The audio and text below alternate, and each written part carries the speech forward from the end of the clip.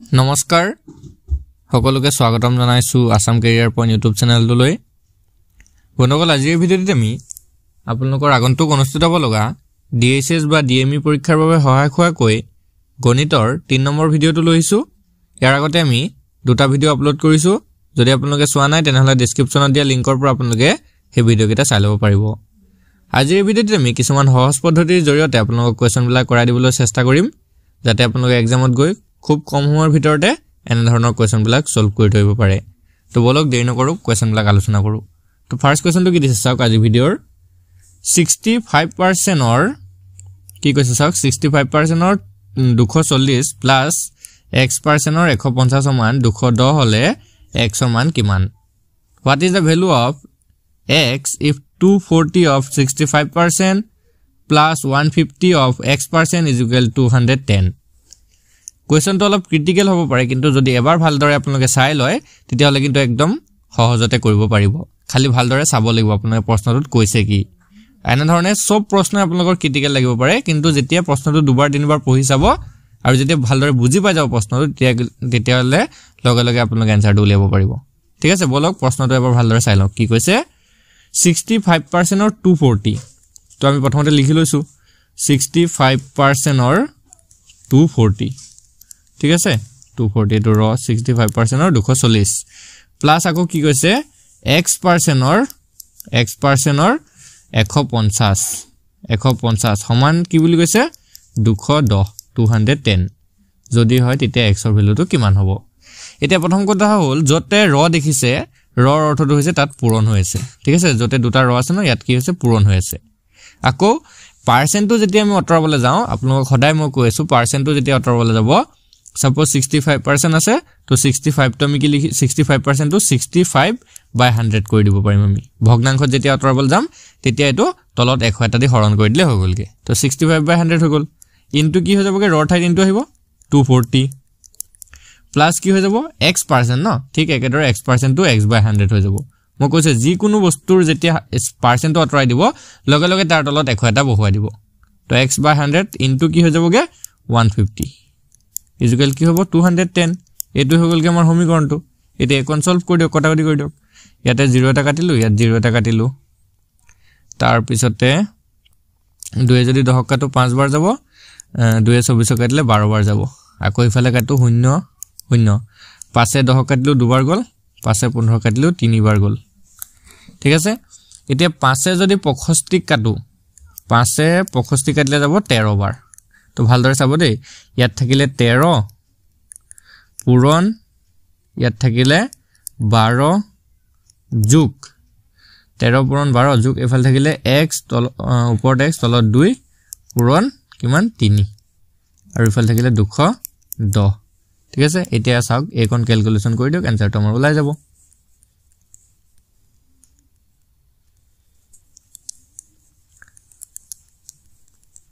এটা এখন ক্যালকুলেশন কৰি দিওক 12 আৰু যদি 13 পূৰণ কৰে এটো হ'বগে 156 তাবা ইফাল থাকিলে প্লাস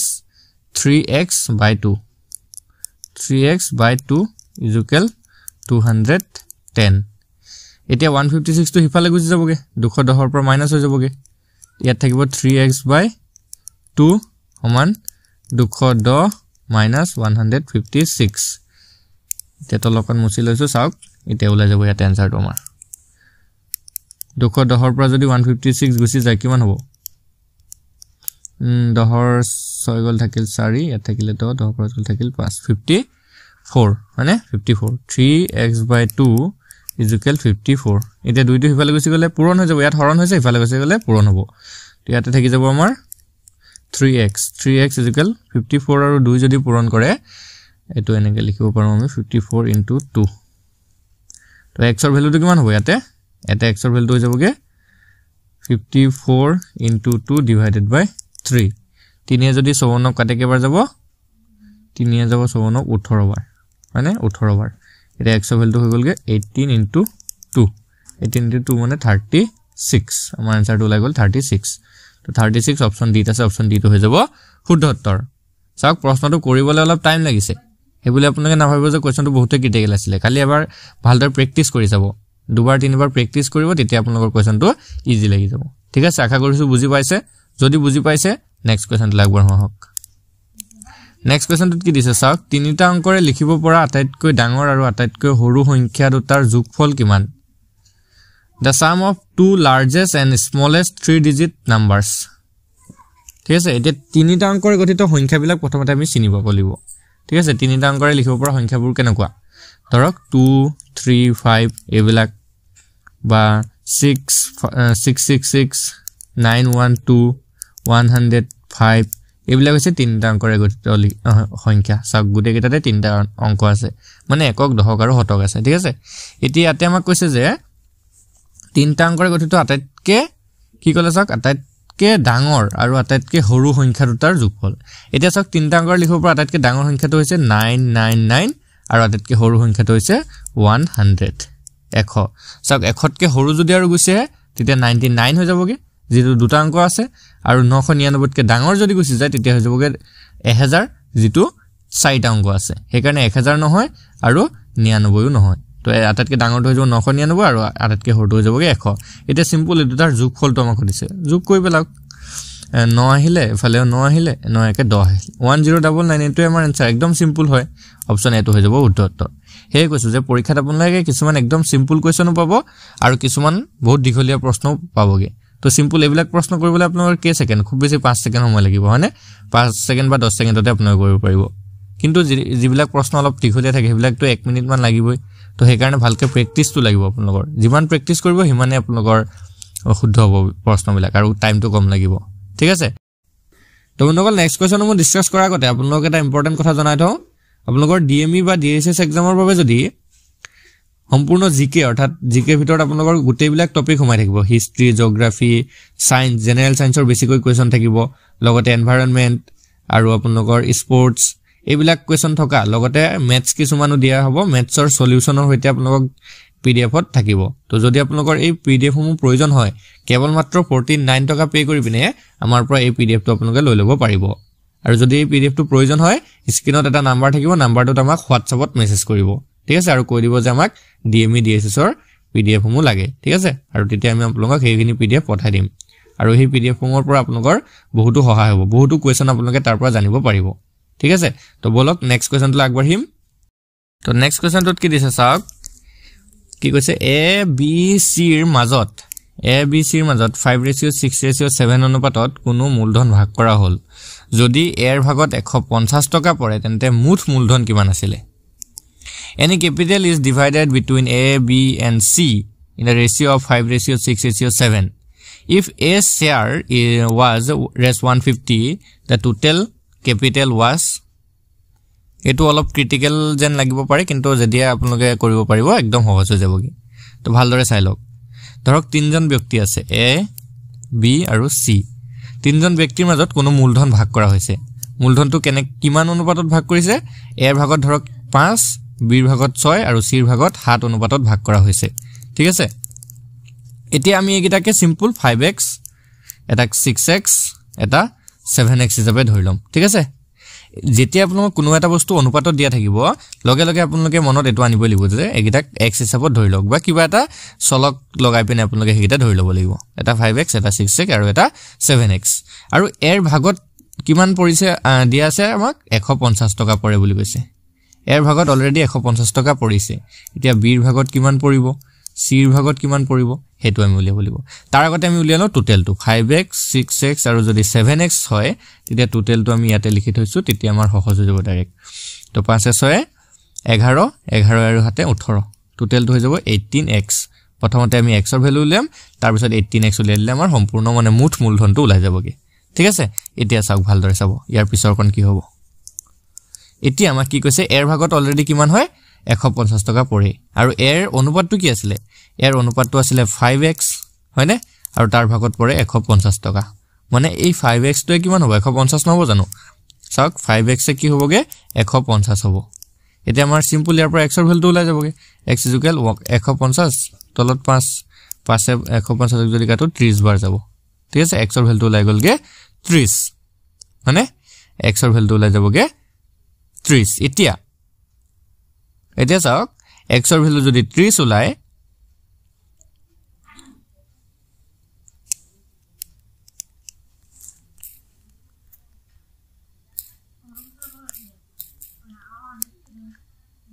ঠিক আছে x ৰ ভ্যালু যদি 30 ওলাই তেতিয়া মুঠ মূলধনটো কিমান আছিল হেতু চাওক x ৰ ভ্যালু ওলাই গলগে 30 এতিয়া আমাক মুঠ মূলধন লাগে মানে মুঠ মূলধন আছিল 18x মানে মুঠ মূলধন আছিল 18x 18x টোক আমি কি কৰি পেলাম 18 * 30 কৰি পেলাম 18 পূৰণ কৰি যদি 54 হ'ব 0 540 540 তো আমাৰ অপচন ডিত আছে 540 हे অপচন ডিটো হৈ যাব শুদ্ধ উত্তৰ তো আশা কৰিছো বুজি পাইছে এটি ইয়াৰ পৰা ধৰক বীৰ উলিয়াব দিলেহেতেন যে বীৰ ভাগত কিমান পৰিব ঠিক আছে তো কি কৰিলহেতেন আমি 6x কৰি পেলালহেতেন বীৰ ভাগত 6x আছিল ন যদি c টো উলিয়াব দিলেহেতেন বলে c ভাগত কিমান টকা পৰিছে তেতিয়া আমি 7x টো উলিয়ালহেতেন ঠিক আছে এনেকৈ আপোনালোকে যিকোনো ধৰণৰ প্ৰশ্ন যদি আহে পৰীক্ষাত ইয়াৰ পৰা যাতে কৰি থৈ আহে ভুল কৰি থৈ নাহে ঠিক আছে একদম সহজ পাইছে চাগে তো বলক নেক্সট কোৱেশ্চনটো আগবাঢ়িম কি কৈছে বছৰি 6% হৰল সুতত 5 বছৰৰ পিছত কোনো টকাৰ সুত 900 টকা হলে মূলধন কিমান if the interest on any rupee is raised 900 after 5 years at 6% simple interest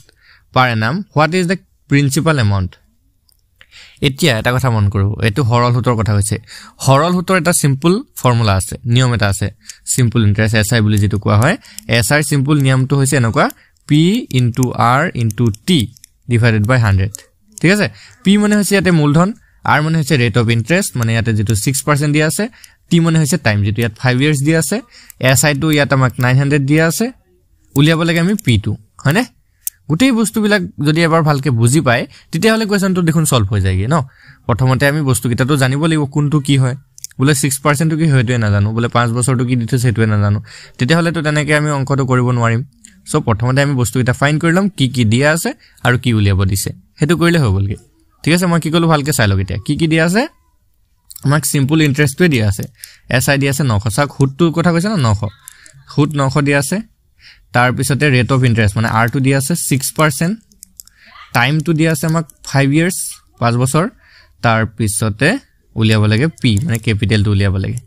আৰু 100 টো তলৰ হুততে আছিল ন তো এসআই ইকুৱেল কি আছিল আমি পাতি লৈছো SI equal p r t divided by 100 এটা এসআই মানে 900 সমান p into 6 into 5 divided by 100 এতিয়া আমি ইয়াতে p টো ৰাখিব লাগে বাকি সব ইফালে লৈ যামগে এটা 900 হ'ব ইনটু 100 টো তলত আছে না ওপৰত গৈ যাব বাকি 6 আৰু 5 টো তলত আহি যাব এতিয়া আমি যদি কাটো 5 এ যদি 100 কাটো 20 বাৰ যাব হয়নে 5 এ যদি 100 কাটো 20 বাৰ যাব তাৰ পিছতে ইফালে যদি 2 এৰে কাটি দিও 6 3 বাৰ যাব 2 এৰে 20 কাটে 10 বাৰ যাব 3 এ 900 যাব 300 বাৰ 3 3 গুণ 9 300 পূৰণ 10 থাকি গলগে আৰু ইফালে p মানে ভালকে চাই লওক ক্যালকুলেশনটো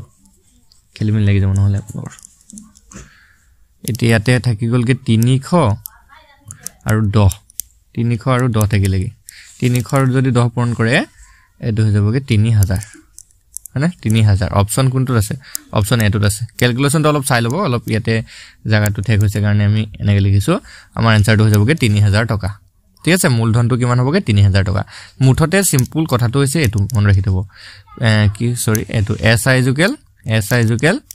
p r t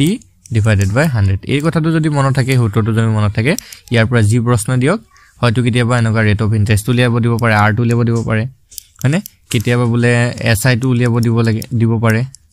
তাৰ পিছতে আকৌ ধৰক কেতিয়াবা মানে সময়টো উলিয়াব দিব পাৰে টাইমটো উলিয়াব দিব পাৰে ন যিকোনো যাতে দিলেও ভুল কৰি থৈ নাহে তো নেক্সট কোৱেশ্চনটো আগবাঢ়িম কি কৈছে চাওক 18টা গৰু এখন পথাৰ 5 দিনত চহাব পাৰে তেতিয়া 3 দিনত এখন পথাৰ চহাবলৈ কিমান গৰু লাগিব 18 cows can plow a field in 5 days how many cow will it take to plow the same field in 3 days ঠিক আছে কি কৈছে ইম্পৰ্টেন্ট প্ৰশ্ন হৈ চাই লব 18টা গৰুৱে এখন পথাৰ 5 দিনত চহাব পাৰে হয়নে 18টা গৰুৱে কিমান দিনত চহাব পাৰে 5 দিনত চহাব পাৰে এতিয়া মন কৰিব কথাটো 18টা গৰুৱে কিমান দিনত চহায় 5 দিনত চহায় এতিয়া আমি যদি এটা গৰু গুছি হু এটা গৰুৱে কিমান দিনত চহাব তো এটা গৰুৱে চহাবলৈ হলে সময়টো বেছি লাগিব নাই 5 দিনতকে বহুত বেছি লাগিব তো সিম্পল এটা গৰুৱে যদি চহাবলৈ বলে হয় 18 পূৰণ 5 কৰিব লাগিব হয়নে আৰু 18 যদি 5 পূৰণ কৰো তেতিয়া হ'ব 90 দিন তো এটা গৰুৱে যদি চহাব লাগে সেই মাটিকন 90 দিন লাগিব ঠিক আছে এতিয়া আমাক কৈছে যে 3 দিনত একেখন পথাৰ চহাবলৈ কিমান গৰু লাগিব ঠিক আছে তে 3 দিন যদি হবলে হয় কি কৰিম আমি 90 খৰণ কৰিম 3 ৰে তো 90 কি কৰি দিম সিম্পল 3 ৰে ডিভাইড কৰি দিম 3 দিনত যদি চহাব লগা 90 3 ৰে হৰণ কৰিলে হৈ যাবগে 3 3 গুণ 30 দিন হয়নে সৰি 30 টা গৰু আমাক কিমান গৰু লাগিব 30 টা গৰু লাগিব 3 দিনত চহাবলৈ কিমানটা গৰু লাগিব 30 টা গৰু লাগিব তো কোনটো অপচন আছে অপচন ডি আছে অপচন ডি টো হৈ যাবগে শুদ্ধ উত্তৰ আশা কৰিছো বুজি পাইছে সিম্পল কথাটো হেতু এটাটো উলিয়ালে হল কল যে এটা গৰুৱে কিমান দিনত হেই সব পথাৰখন চহাব পাৰিব 90 দিনত এটা 90 3 হৰণ কৰিলো কাৰণ কি উলিয়া কৰিছে আমাক 3 দিনত পথাৰখন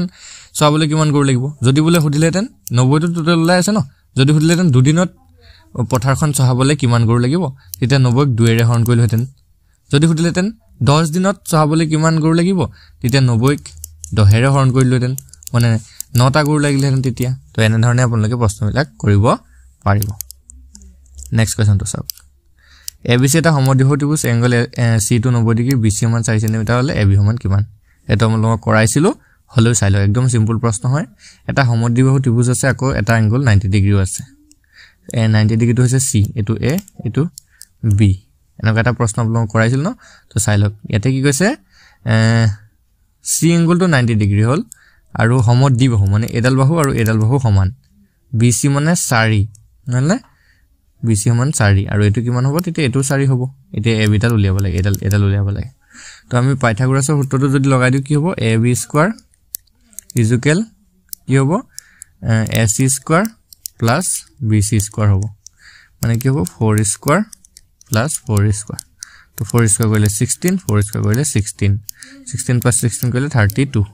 তো AB ইকুৱেল কি হ'বগে √32 আৰু √32 মানে 4√2 আমাৰ आंसर হৈ যাব অপচন 8 টকাটো 4√2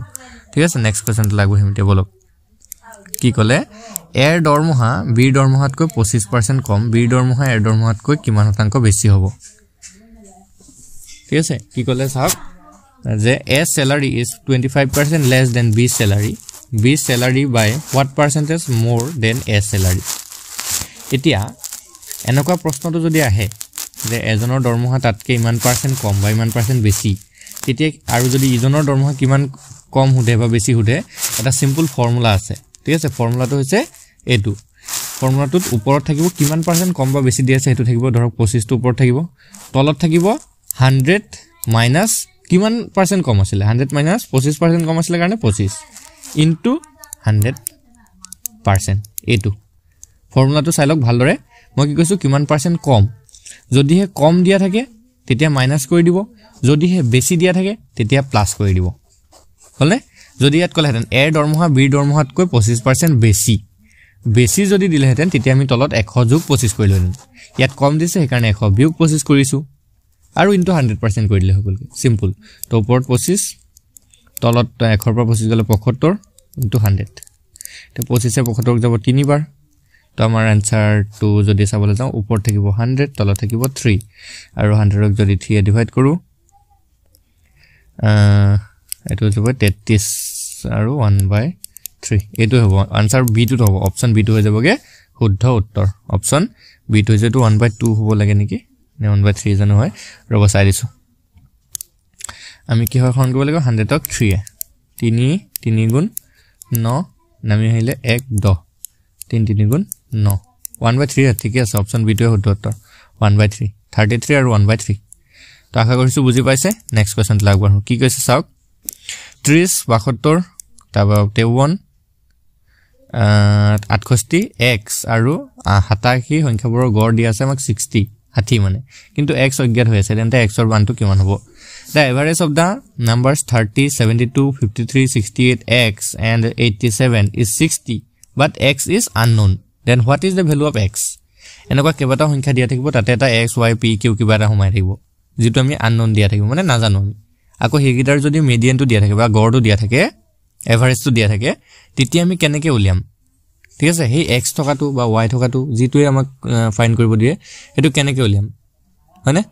তো ইয়াতে জানিব লাগিব আমি গড় কেনেকৈ উলিয়াও সিম্পল ধৰক 2 + 3 + 4 হয়নে মই এটো আৰু ভালকে চাই দিছো চাওক ধৰক 2 3 4 এই তিনটা সংখ্যা আছে তিনটাৰ যদি গড় উলিয়াব দিয়ে কেনেকৈ উলিয়াব গড়টো তো এটো কৰিব লাগে এনেকুৱা 2 + 3 + 4 তলত 3 হৰণ কৰি দিব লাগিব 3 ৰে কেলে হৰণ কৰিলো কাৰণ তিনটা সংখ্যা আছিল কাৰণে 3 হৰণ কৰিছো ঠিক আছে এতিয়া বলে আৰু এটা সংখ্যা বাহি গল বলে আৰু এটা সংখ্যা 5 আহি গল হয়নে তেতিয়া ইয়াতে ওপৰলত 4 আহি যাব 4টা সংখ্যা হৈ গল যে তেনেকে এতিয়া আমাক কি দি আছে চাওক কি দি আছে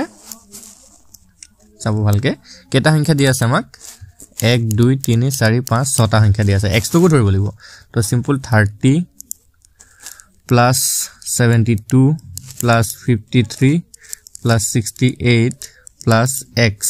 plus 87 গুটে কিটা যোগ কৰিম আৰু তলত কি হৰণ কৰিম 1 2 3 4 5 6টা 6 হৰণ কৰিম আৰু ইয়াৰ এভাৰেজটো আমাক কিমান দিয়া আছে 60 হলে 60 আমাক দিয়া আছে এতিয়া এগিটা যোগ কৰক 30 72 53 68 আৰু 87 মই ইয়াতে যোগ কৰি থাকো বহুত সময় যাব আপোনালোকে যোগ কৰি লওক কিমান পালে যোগ কৰি 310 মান পাব 310 আৰু x এটা থাকিব আৰু তলত আছিল 6 = 60 হয়নে একন কৰি দিওক এতিয়া আমি গোটেইখন ক্যালকুলেশন কৰি দিম 6 টো এফালে হৰণ হৈছে এফালে গৈছে গলে পূৰণ মানে 310 যোগ x সমান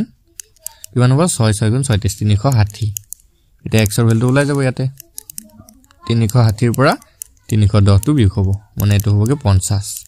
50 আমাৰ আছে না অপচনত অপচন এতে আছে অপচন এটো হৈ যাব শুদ্ধ উত্তৰ ঠিক আছে এনেকৈ আপোনালোকে x ৰ ভ্যালু উলিয়াব পাৰিব p q r s যিকোনো দিয়া থাকিব পাৰে এনেকৈ আপোনালোকে কৰিব পাৰিব আশা কৰিছো বুজি পাইছে যদি কোৱেশ্চন কিটা ভাল লাগিছে ভিডিওটো লাইক কৰি দিব চেনেলটো সাবস্ক্ৰাইব কৰি লব কাৰণ এনে ধৰণৰ কোৱেশ্চন এটা আপোনালোকে ডেইলি পাই থাকিব ধন্যবাদ